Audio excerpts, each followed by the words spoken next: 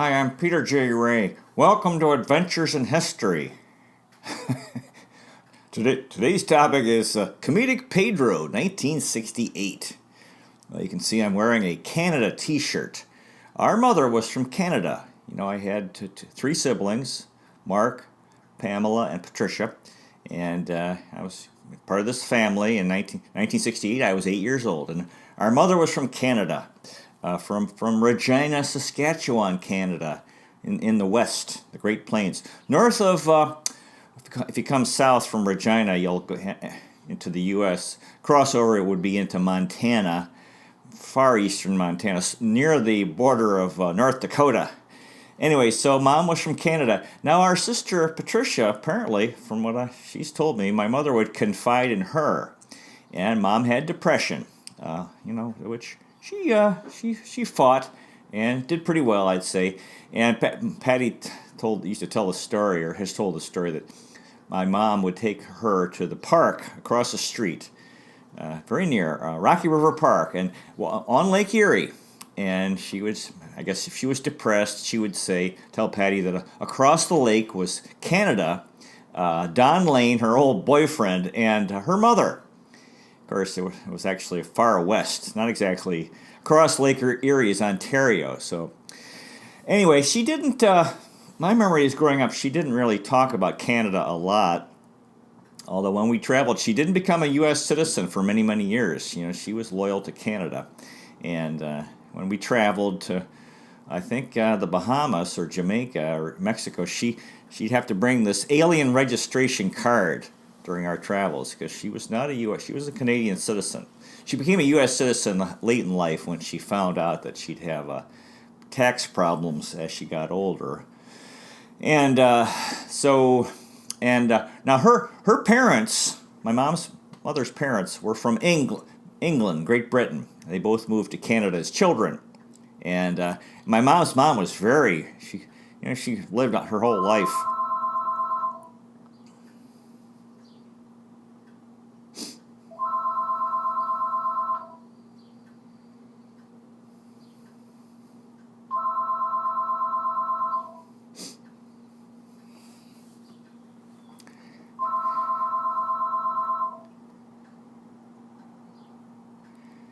She lived her whole life in Canada, but she had a very strong sense of being British. And I know when Canada adopted the flag, the Canadian flag with the maple leaf, she wasn't too crazy about it, because for her it was the Union Jack. It's a very great, strong sense of being British. And I think my mom had that as well, but she didn't talk about Canada very much, our mother. But I remember back into the 70s, we were in Boy Scouts. A friend of ours, one of the Boy Scouts and a good friend, Rick Donaldson, their family would go to Canada in Ontario. They had a place on the French River. And Rick was talking about how great Canada was, on. And the guys started making fun of Rick, oh, yeah, everything's better in Canada, this and that. And we started mocking Canada. And I remember I was doing this, I was part of that. And after a while, I thought, wait a minute, I shouldn't be doing this, because my mom's Canadian.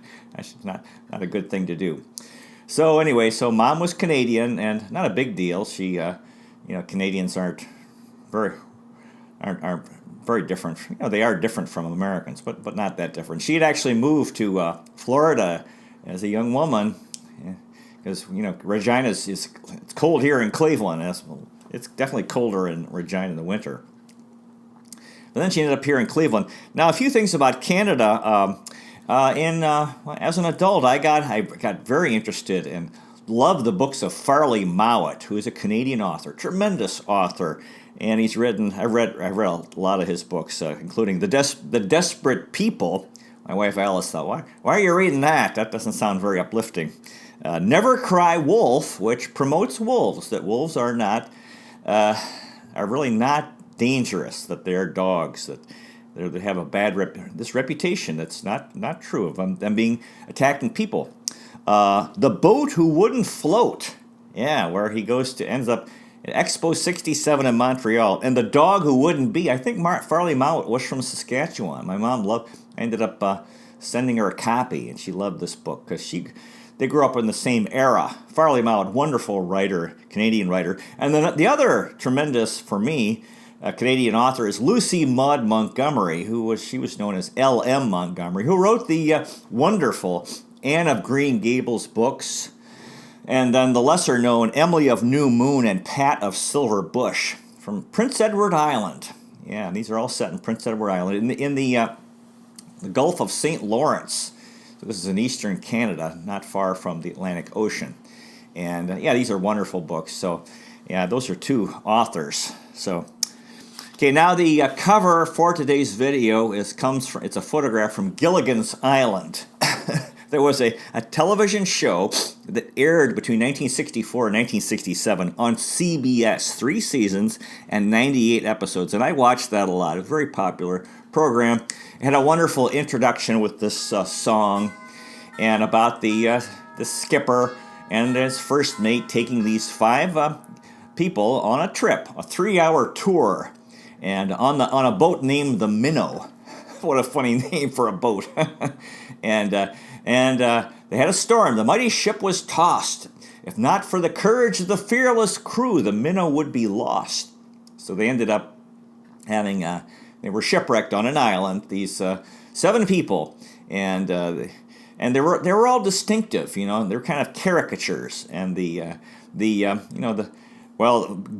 was the first mate. He's kind of this funny guy. He screws up. Of course, every episode, I think they really are trying to get back to civilization. And it seems like Gilligan was the one who would make a mistake because he tended to screw up and they get mad at him. But he was funny and endearing. You know, he's this funny guy, the first mate, Gilligan.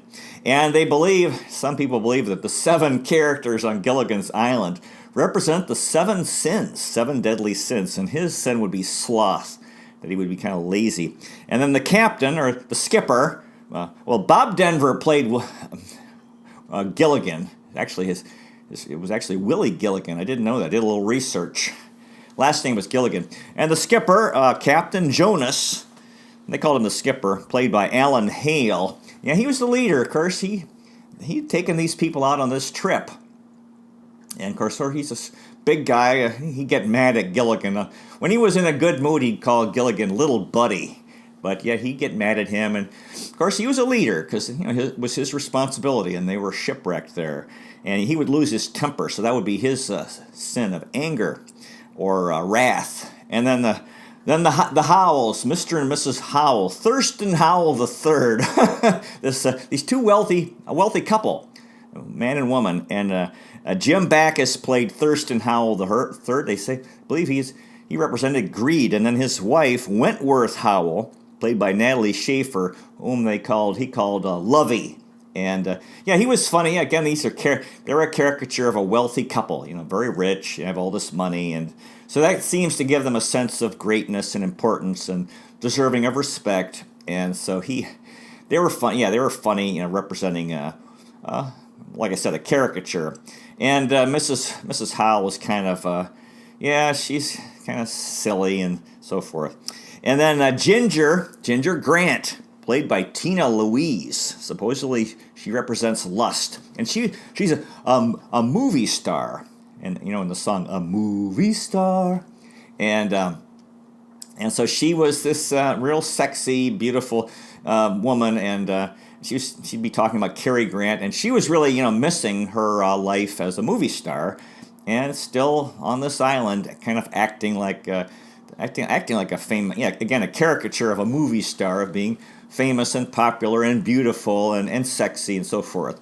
So, and I think all over the country, young boys were, thought she was so pretty. And then Marianne Summers, played by Dawn Wells. Supposedly she represented envy. And Marianne was this wholesome woman, and, she was real nice and friendly and good person. And so apparently there's been a debate. Who do you like, Ginger or Marianne? And according to Wikipedia, most people preferred Marianne because she was, I guess, more real. And she was pretty also, but more down to earth and a real good person.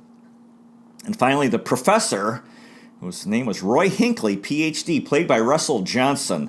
and supposedly his sin was pride. Now the professor was always, he's smart, real smart guy, so he would play a major role in trying to figure out a way to get off the island. And, he was always thinking and, into science and engineering and so forth. So this was a wonderful program, and because you have these 7 characters together, it's kind of a silly program.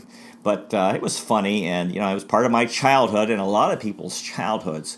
And when they had the original introduction, it would be at the end was "and the rest," and then they changed it to "the Professor and Marianne here on Gilligan's Isle." So, and we all noted the difference when that happened, because I think as kids my age group was watching this and enjoying this program. So that was pretty good. Now, 1968 was a dramatic year in American politics because the Vietnam War was ongoing and had been escalated a large number. I think there were 500,000 troops in Vietnam by that time. And the war was becoming very unpopular, and the anti-war movement was very strong. And actually, Lyndon Johnson, who served the last year and a few months of John F. Kennedy's term after Kennedy died, chances are he would have run, and he was going to run, for a second term, because otherwise he would only be in office for 5 years. But the war was he'd become very unpopular. And in an early Democratic primary, Eugene McCarthy finished in a close second. And this was so shocking. And so... and then Lyndon Johnson dropped out. He said, "I'm not going to run." So, and this really opened it wide open. And then after that, Robert F. Kennedy got in. I remember, RFK. And he was kind of like a younger, cooler version of JFK. And by this time, hair was longer in 1968. But then Robert F. Kennedy was shot and killed in Los Angeles. So, and then eventually Hubert Humphrey got the nomination, but in the election, Richard Nixon won in November, the Republican candidate. So it was a very dramatic, interesting election, and historically, I think, interesting to study. And Theodore H. White wrote a wonderful book, The Making of the series of books on U.S. presidential elections, including '68, which I really recommend. Now, the world events, January 14th, the Green Bay Packers defeated the Oakland Raiders 33-14 in Super Bowl II. On January 22, Rowan and Martin's Laugh-In debuted on NBC. Yeah? So this is a funny show. This was popular. The Tet Offensive began on the 30th of January. In Vietnam, the South Vietnamese, or the Viet Cong in South Vietnam, were like you could say the army of the North in the South. They had these attacks coinciding with this, I believe, the Vietnamese New Year. This was shocking. It kind of showed how strong, the North Vietnam was. In March, Mauritius became independent. I believe this is an island country in the Indian Ocean, independent of Great Britain. On the 12th of March, also Lyndon Johnson, like I said, he barely edged out Eugene McCarthy in the New Hampshire primary. This was a big shock. On the 16th, the My Lai massacre occurred in Vietnam, where American troops just killed a bunch of Vietnamese villagers. They just, the war was really tough, and it was so hard to know who the enemy was. But this was really a war crime, and it became public November of '69, and this was real bad. And it really, when it came out, it really, you could say, fueled the anti-war movement. Same day, Robert F. Kennedy entered the race hoping to become U.S. president, the brother of John F. Kennedy. And on the 31st of March, Lyndon Johnson announced he would not run. So this was really something. April 2nd, on that day, 2001, a Space Odyssey movie premiered. On the 3rd of April, Martin Luther King gave his "I've Been to the Mountaintop" speech in Memphis, Tennessee, where he said, he was the great civil rights movement fighting for equal rights for African Americans or Black Americans. And I guess this was kind of maybe he had a sense that he was going to die, because he'd say he was saying, "I've been to the mountaintop," and he could see a bright future for black Americans, but he was saying, like, I might not get there with you, and he didn't. On the 3rd of April, also, the movie Planet of the Apes was released. Yeah, I enjoyed this. This is a good show. It showed, apes, gorillas taking over, and human beings becoming slaves. On the 4th, Martin Luther King was shot and killed in Memphis, Tennessee, and riots broke out all over America in major cities. He was killed by James Earl Ray. So this was a real tragedy, the death of Martin Luther King. On the 11th, President Lyndon Johnson signed the Civil Rights Act of 1968. Again, a step or using the power of the federal government to help African Americans have equal rights. On the 20th, Pierre Trudeau was elected Prime Minister of Canada. My grandmother didn't like him. Yeah, he was French Catholic. She was anti-Catholic. Part of the Catholic Protestant conflict, and it's been traditional going back centuries. And his son, I think Justin Trudeau, is Prime Minister of Canada today. On the 29th of April, the Hair, the musical, opened on Broadway. On May 18th, Mattel's Hot Wheel toy cars were introduced. Yeah, I really got into those Hot Wheels cars because they had so many different kinds. I think I only had about maybe 8 or 10. Yeah, but they were cool, or neat, as we used to say. On June 5th, Robert F. Kennedy was shot and killed in Los Angeles, California. He died the next day by Sirhan Sirhan, a Palestinian who was upset about Kennedy's support of Israel. So that was that showed this conflict, of course, that's ongoing between Israel and the Palestinians and the West and the Muslim world.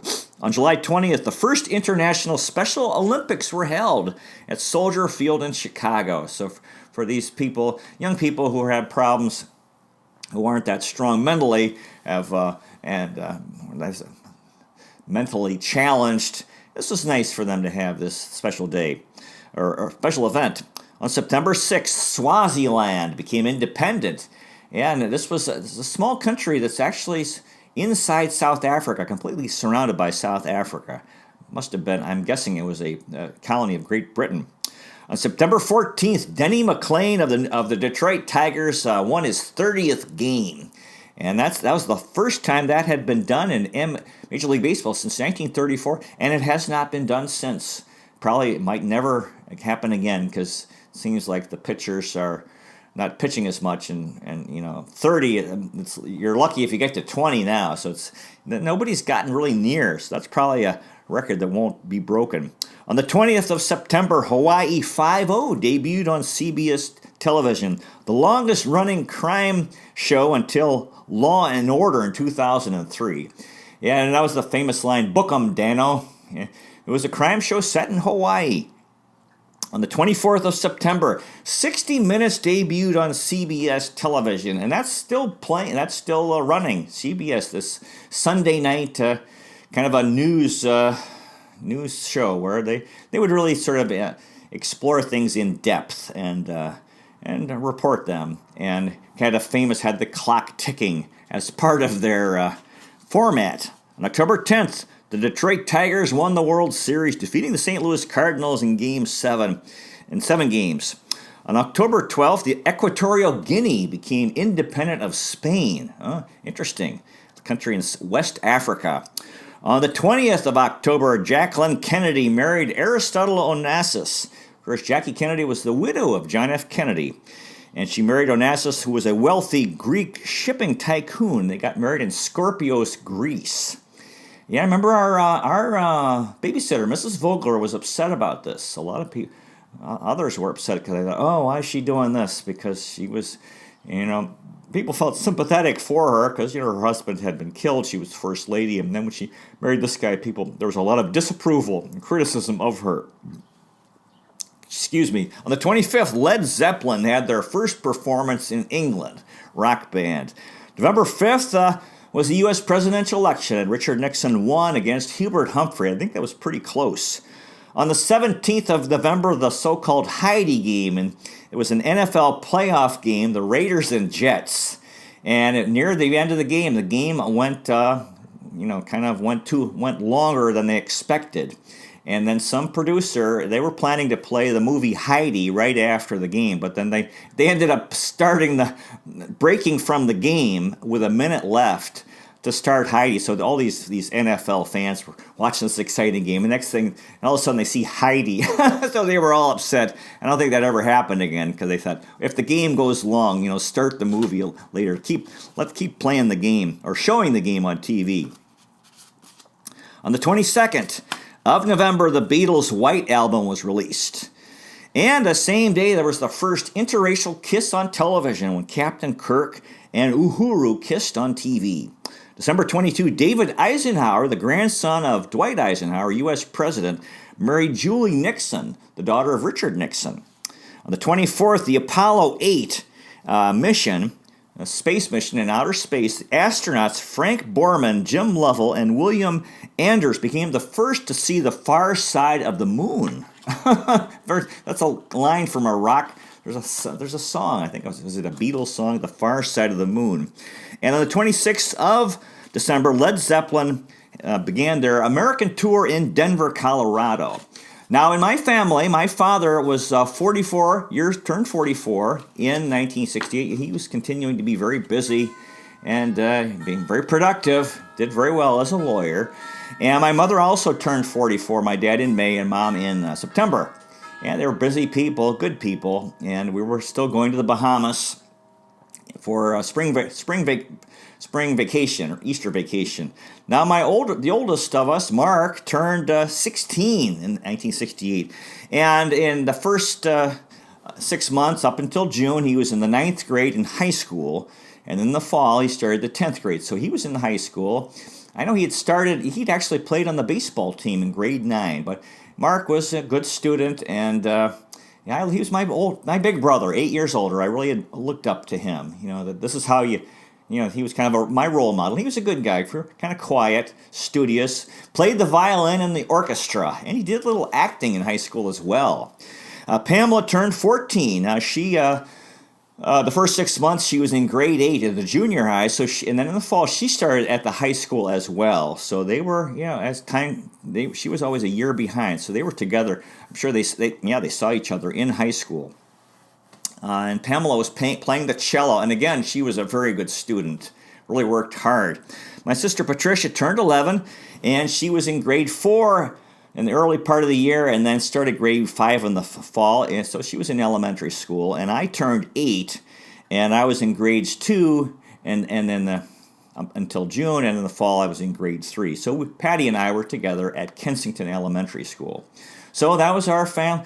That was 1968. Yeah, time was passing. We were getting older, and we were growing up. And our parents, they were still 44, so they had a lot of energy, probably more energy than I had, and real busy. And my mom in PTA, my dad in his law practice was done very well. Hard worker, very organized, and our mom, just doing so many different things. Probably doing too much. Yeah, that was part of her thing. She was busy, and she felt compelled to do a lot of things. But I have to give her credit, for doing that. She was having 4 kids and doing a lot more besides that. So good family, good people, my mom and dad. And so that was 1968. So anyway, you might consider checking out our website, Adventures in History with Peter J. Ray at peterjray.com. Thank you so much for watching. I really appreciate it. God bless you. Take care, and I'll see you next time.